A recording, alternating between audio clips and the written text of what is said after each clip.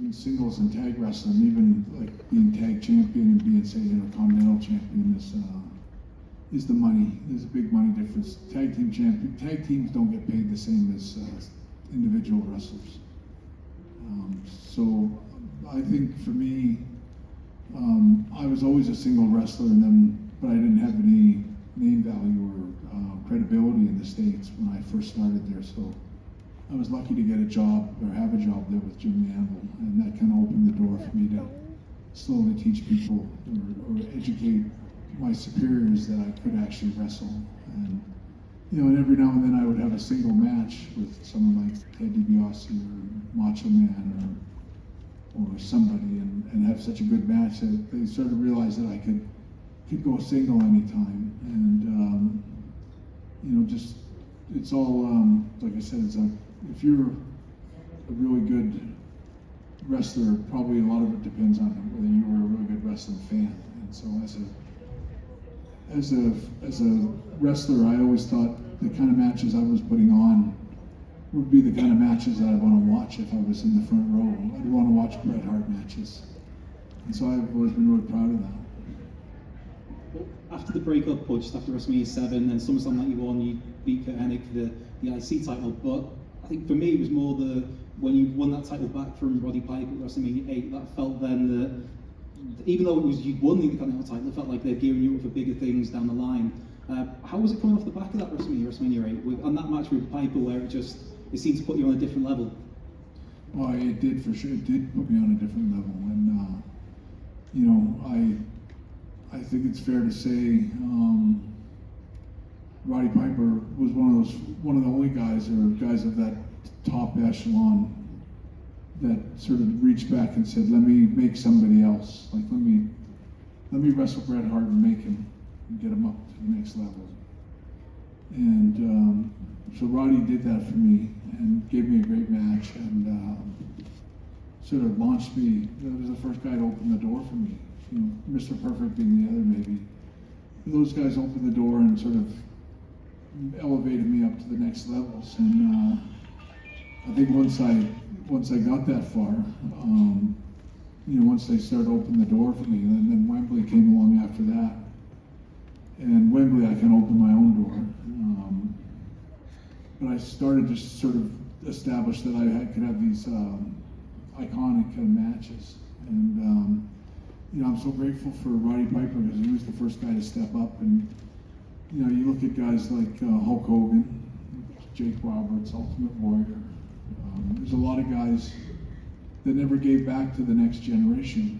Hulk Hogan left and went on. Jake Roberts, because of his drug problems, never did anything for anybody. And it's like there's that sort of idea of passing the torch back to the next guy.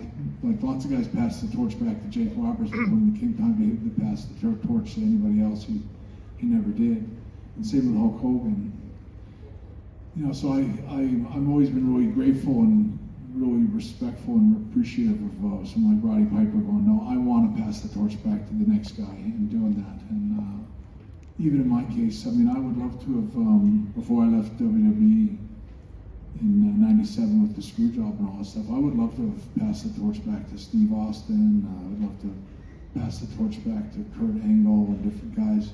I always feel bad about some of the guys I didn't get to work with because of what happened. And even John Cena would have been guys that it would have been great to give him an iconic match that he would look back to Angle. One of my favorite matches was the first one I had with Bret Hart.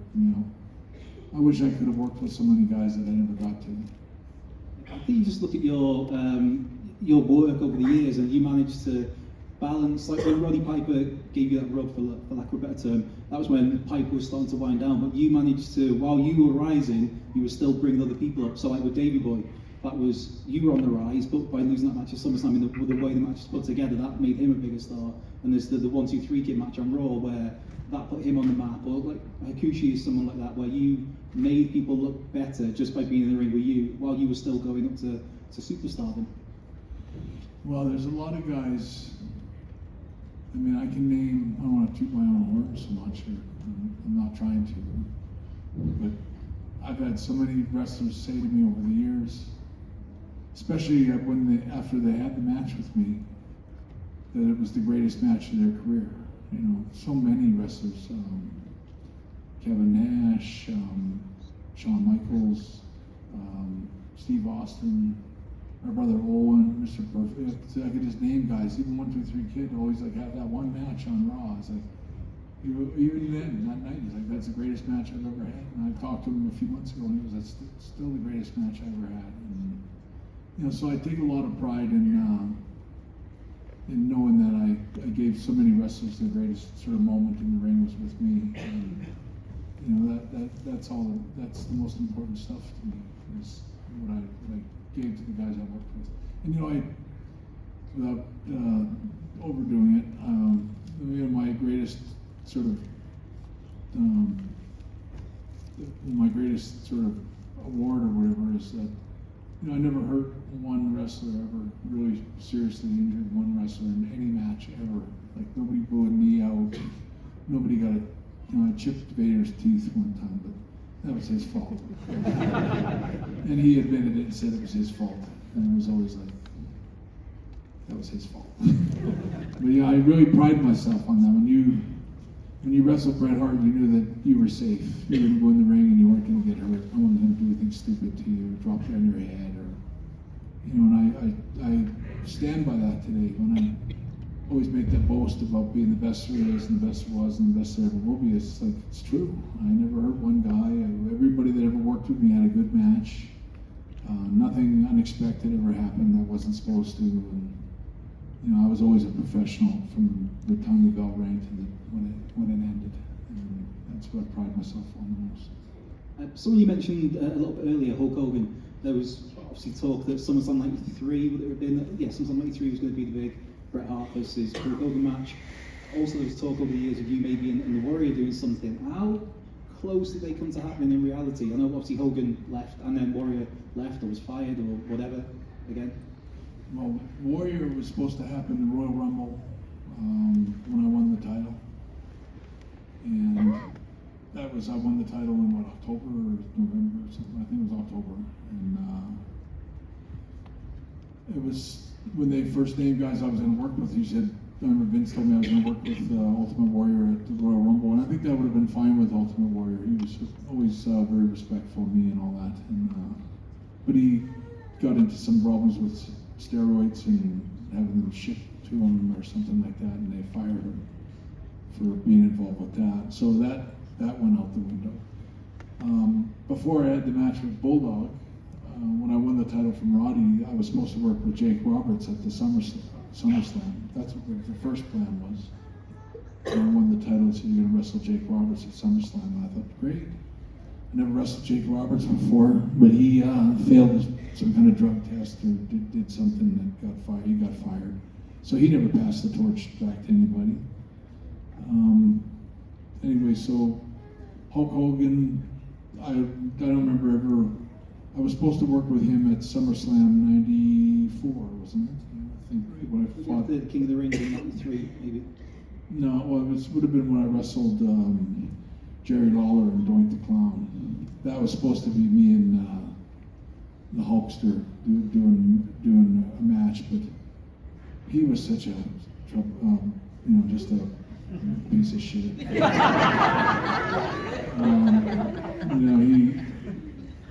He really was just a piece of shit. We did a photo shoot with Hulk Hogan and me, and of course they put Hulk Hogan on an apple box, like where he's up way higher. He's like 10 feet tall, and I'm like little tiny Bret Hart. But I remember we did this photo shoot, and it's got him and me both doing like a tug of war with the belt. I did the same photo shoot with Kevin Nash a few months later because they remembered the photo shoot that me and Hogan did. But it was him and I with the belt staring at each other face to face, and that was going to be the poster for SummerSlam. And so then, next thing you know, before the King of the Ring, Hogan's it all changes where Hogan basically tells Vince that he refuses to wrestle me and that I'm not in his league. And so that's what Vince told me. Hogan said, Bret Hart's not my league. And I'm thinking, I at least know what a headlock is. But anyway, so that really offended me. And they came up with some story, because I went and I had words with Hulk Hogan about it, that I called him a piece of shit then too. And he goes, that's not true, brother, and he got in this big thing, and he goes, it was never going to be a title match, and he refused to work with me because it was not a title match. And I'm going, yeah, you forget that I remember the photo shoot we did where we're holding the belt, you idiot.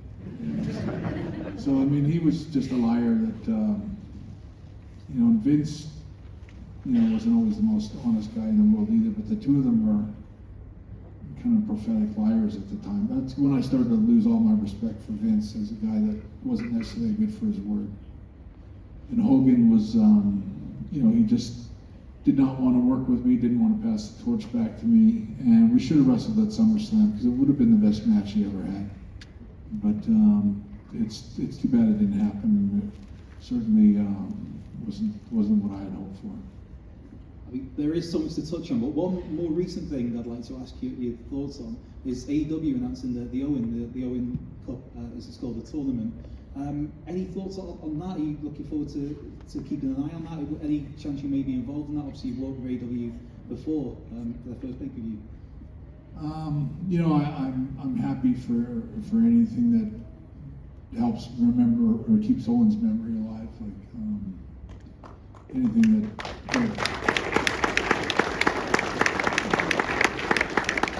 makes the wrestling fans happy and sort of remember Owen, and it's good. At the same time, I'm very respectful of what they're trying to do, and I think it's important to me that's really the important part, is that we remember Owen. And I feel I can only say so much about it, but I know that what happened with Owen was an accident.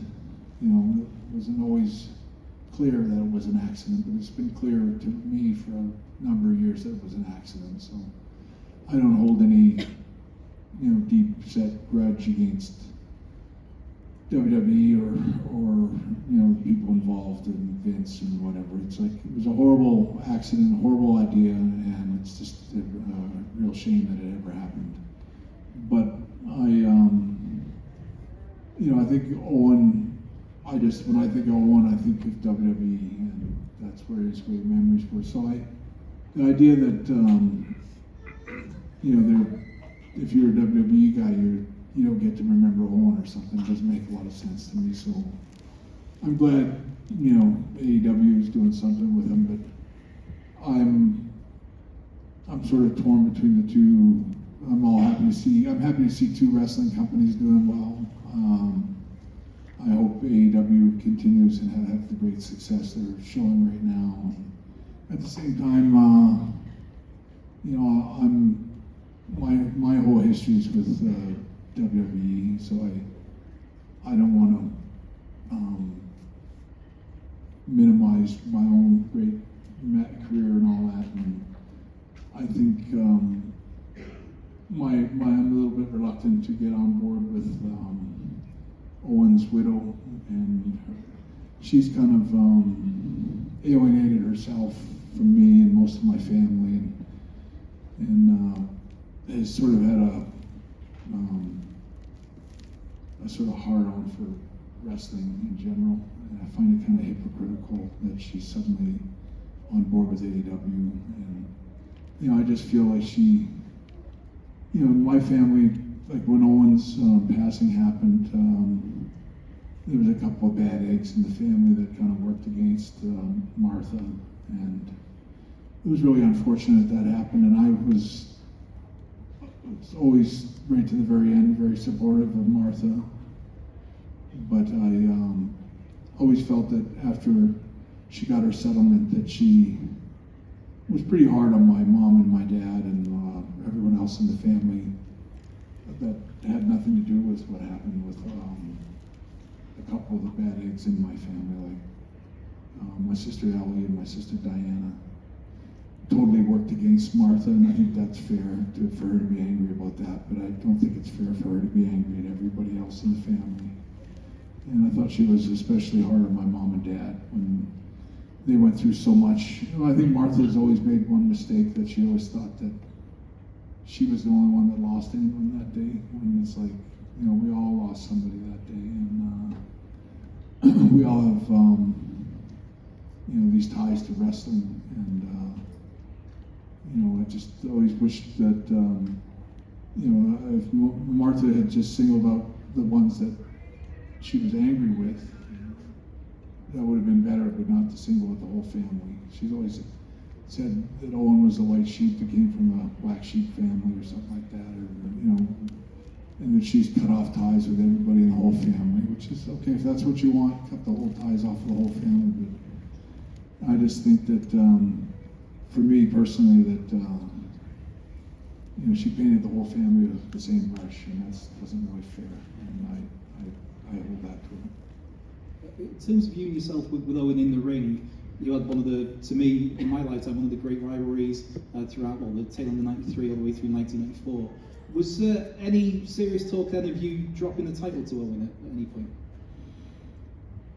I don't think so. It would have been something I would have been happy to do. In those days, I think I was just happy to get the title, period. You know, there's always a lot of things, like when I won the title, they told me, Vince McMahon had told me that I would be champion for a long time. Like they're talking like maybe 7 or 8 or 9 years being champion. And they wanted to keep the belt on me long term. Like the old days, like when guys like Bruno and Bob Backlund got the title, they said, you're just gonna hold the championship for a long time, and you don't have to worry about your position, or you don't have to worry about anything. You're like totally the company guy now for the next, we're looking like long term. Like, so it was always reassuring, and then of course 3 months later they took the title away from me, which is where you get this sort of, you never know what's going to happen. You know, you never, as relaxed and confident as you can be about something, you just never know when they're going to pull the rug out from underneath you. And so, I mean, I would love to have thought about dropping the title to certain guys, but whenever I lost the title, I was always so, because the thing that, it's not so clear today, because we have these contracts and everything today, but back in when I won the title, the highest paid wrestler on the card was the guy that was the champion. It was the highest paid guy in the company.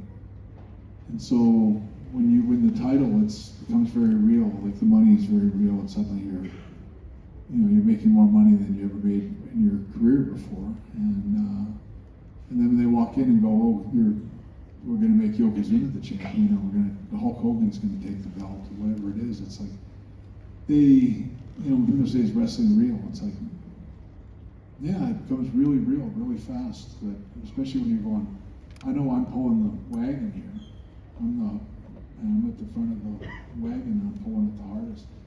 And you're going to hand, my spot to Hulk Hogan, who's already been there and done all that. And it's very frustrating for you to lose your position to a guy that then he drops the belt to Yokozuna, and it's like, so you kind of going to yourself, like, how did I get pushed out of the circle? And when things go, that's what I always thought I was in WWE, I was the utility guy. When things started to go, it was like, oh, quick, get Bret Hart again. It's like I was always the guy that stopped it from going down. And I say that like when I first won the title, and then when basically I lost the belt to Yokozuna, who lost it to Hulk Hogan in about 5 seconds, and the most stupidest finish, maybe WCW style ending that WWE ever did. But then after Hulk Hogan, it's like they went and painted over the pink and white and black and painted over with red and yellow, and it's like 5 months later, the pink and white and black is back. It's the strongest color again, and it's like quick, Lex Luger, red, white, and blue, and it's like that, and it's like that didn't work either.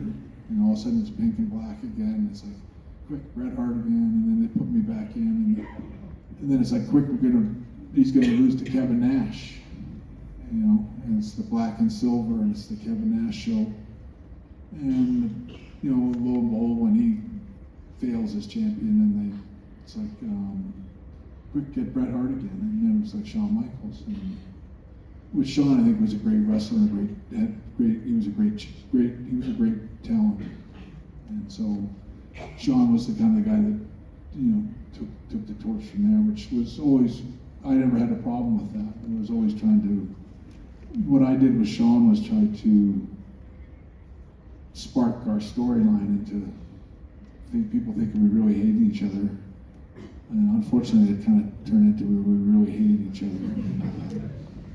But we would have drawn money if you'd done everything I had sort of laid the groundwork for.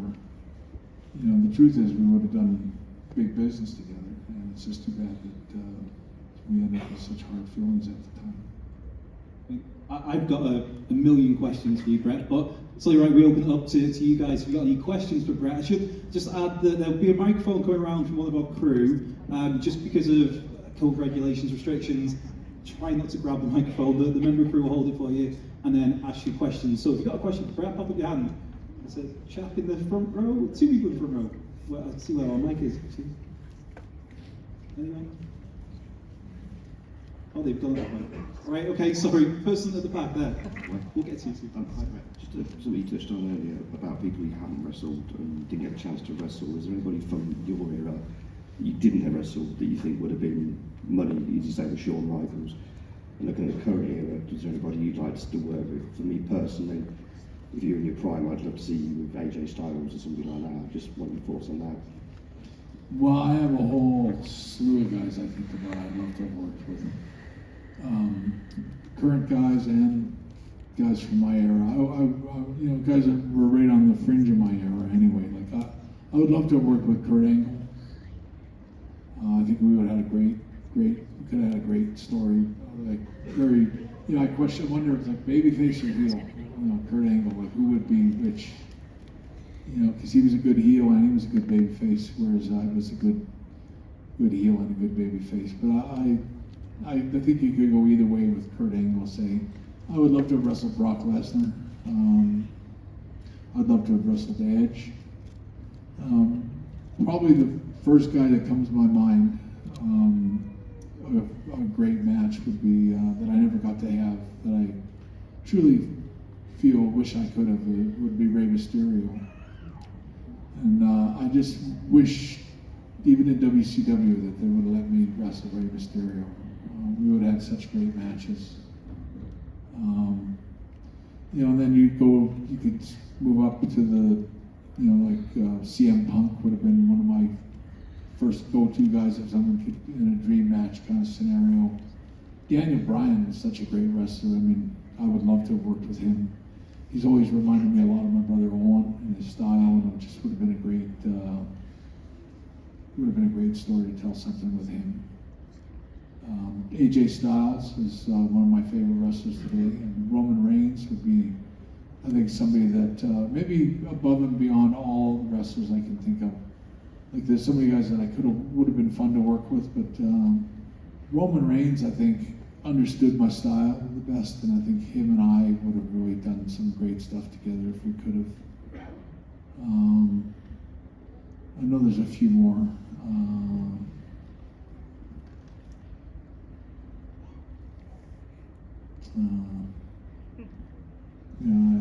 Maybe that's the top of the list right there.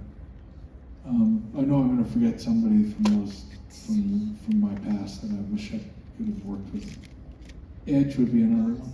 Randy Orton would be a fun guy to work with. And I think would have been a really fun match. And when I imagine it in my head, and I think you could probably do the same thing.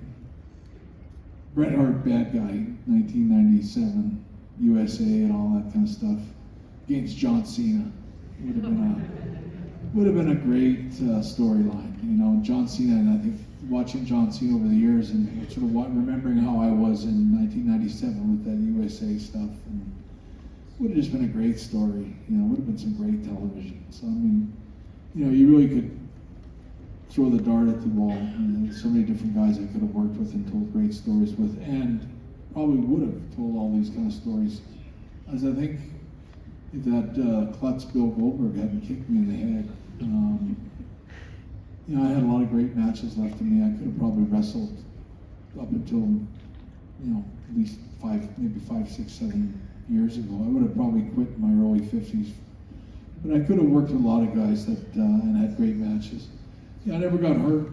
Really got hurt in wrestling ever until I wrestled Bill Goldberg. So this guy ended my career in one match. So now there's a guy that hurt everybody he ever worked with. So in contrast to me, never hurt anybody I ever worked with. It's like, there's different qualities to different wrestlers. We've got a question down here at the front. Who was your dream opponent? Who was your favourite rival, Stone Cold or Shawn Michaels? That's a good question. That's a really good question because someone just asked me this a few minutes ago. What my 2 favorite matches of my career, and I said there's a tie between my 2 favorite matches. I loved the match I had with Stone Cold at WrestleMania 13. It was such a fun match, and it was always such a deep sort of, if you take in what we call wrestling psychology, you know, to have been Steve Austin and Bret Hart that day, to get to the building and go, what are we going to do in this match? And to sit there on the ring apron and just go, okay, this is what we're going to do, and you start to lay out this match. And at the time, Steve Austin was one of the only guys that knew that I was going to become a bad guy the very next day. And he knew that I was going to do a heel turn. And that ultimately he was going to be doing a babyface turn. So we were going to kind of switch places over a gradual period of time.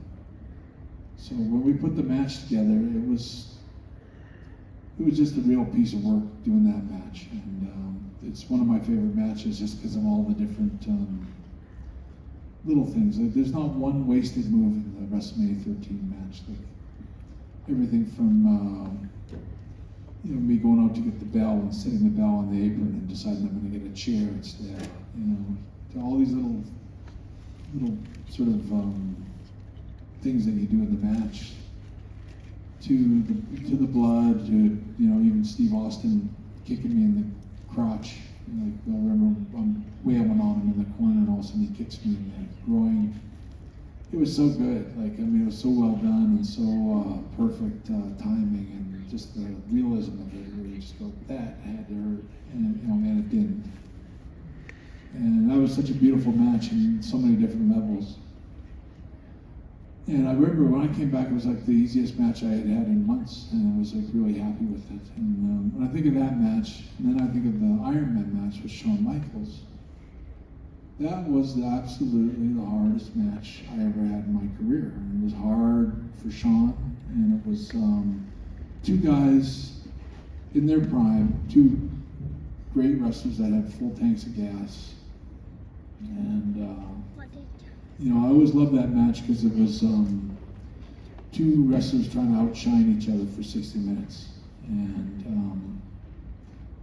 it was a piece of work. Like, that was a real, you know, I could watch either match, or I could watch them both back to back, and there's not one move that's wasted, and the timing and the skill. Like, even when we kicked Tony Chimo, Sean kicked him on the floor, and they took him out in a stretcher and all that stuff. There's all these little things that happen in that match that are such a beautiful story. Even the knockout when Sean gave me the big boot at the end and won the title, and how I got out and walked back to the dressing room. And it's just a very dramatic.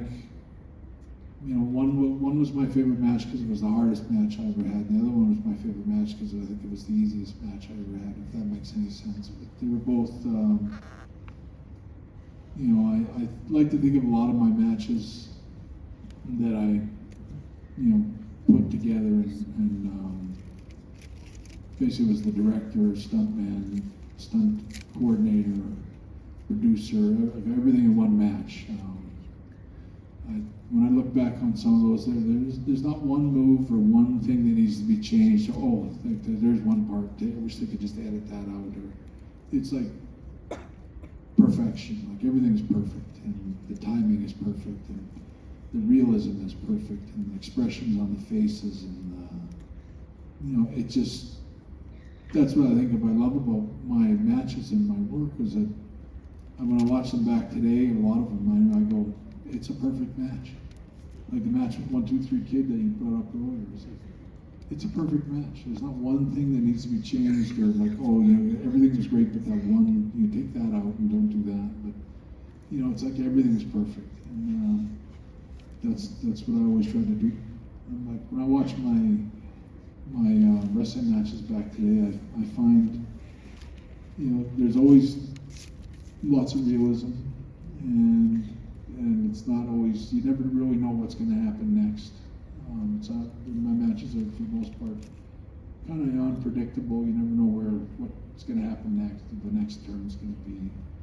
And when I watch them back, I just go, I wouldn't change anything about that match. It was such a good match. Even my old Stampede wrestling matches, they're always believable. It's like, if you thought, which I always try to do, is make people believe everything was real.